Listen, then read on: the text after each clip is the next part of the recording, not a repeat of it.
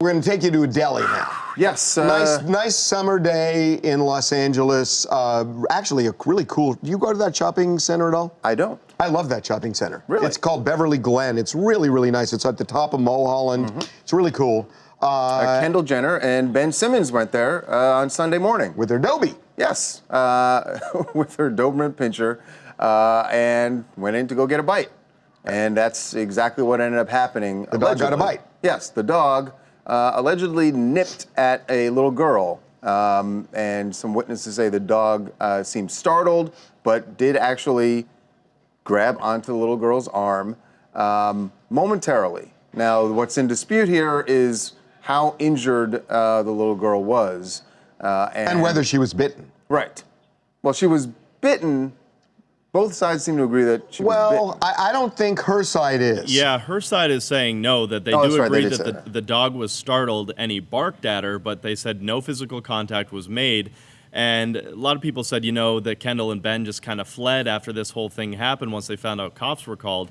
Told that's not true either. They figured out, okay, the girl wasn't bitten, everything's fine, and that's when they left. They'd never leave a serious situation like that. Now, 911 was called. Yeah, I actually spoke to people at the deli as well who told me that the mother came inside of the deli because they were actually sitting outside the patio, and that's where the alleged incident happened. The mom came inside the deli, spoke to the manager, told the manager what had happened, asked for an ice pack for her daughter, and what I was told by people that work there is that the daughter's arm had 2 indents, and it was a little red, but that there was no blood at the time that they saw. Puncture. Correct. However, the mom did call law enforcement, and they determined that it wasn't a crime and just passed it over to animal control. So after all of that, I just got off the phone with the little girl's grandfather. This is, by the way, textbook LA situation. LA is like a one-horse town in a way. Your dog allegedly bites a little girl, and of course,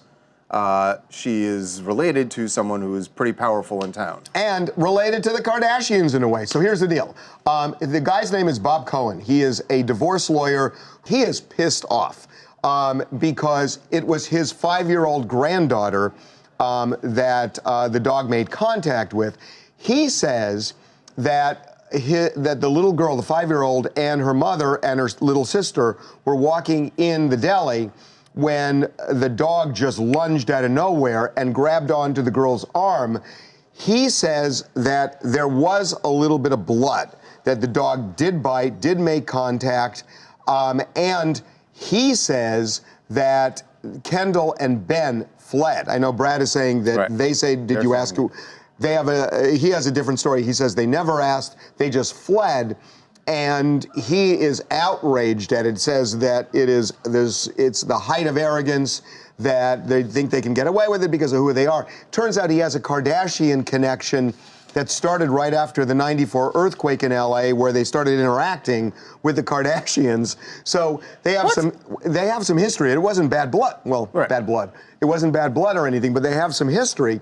He says, look, we don't want to sue, but I guess he wants an apology because he says that the little girl then went with her mother to a pharmacy nearby where the pharmacist cleaned it out, put some medication on, some topical medication, and the girl right now is at the doctor having it looked at because, you can get an infection and whatnot. I don't know whether she's going to get a tetanus shot. And all that. But anyway, so no lawsuit, but a lot of anger. And no consequences to this point for Kendall and or her Doberman Pinscher, because I know animal control, we're told animal control was informed of the situation, but we haven't heard of anything happening. Hey, did one of you guys back there have the Instagram picture that she posted with the dog? Yeah, this is not directly related, but should be noted. So Kendall's posted a lot of photos of her dog, and it's interesting because she posted one with the dog, and it said, "Cute, but she'll rip your face off." So kind of tells you the behavior of this. Well, wait. pup. She could be referring to herself.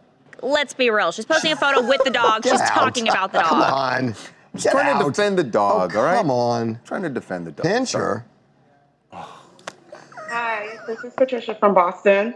I totally think that type of dog, you should have a nozzle for it. Like, there's no reason why you should be out with that type of dog where there's children involved and other pedestrians or other, civilians around and not have that dog under lock and key, I guess. If you don't know that your dog has a propensity for biting people and you think the dog is friendly, you don't know until the dog first does it, especially comes the first bite rule. Well, there used to be a rule in California and a lot of states that every dog is entitled to one free bite because that's when the owner becomes on notice that the dog is vicious or has propensities for being vicious.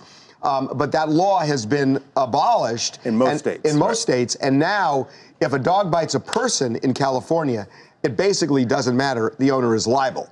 But again, there are really no damages to speak of here. They're not going to sue. They really refer to it as one free bite rule. It was free bite. One free bite rule.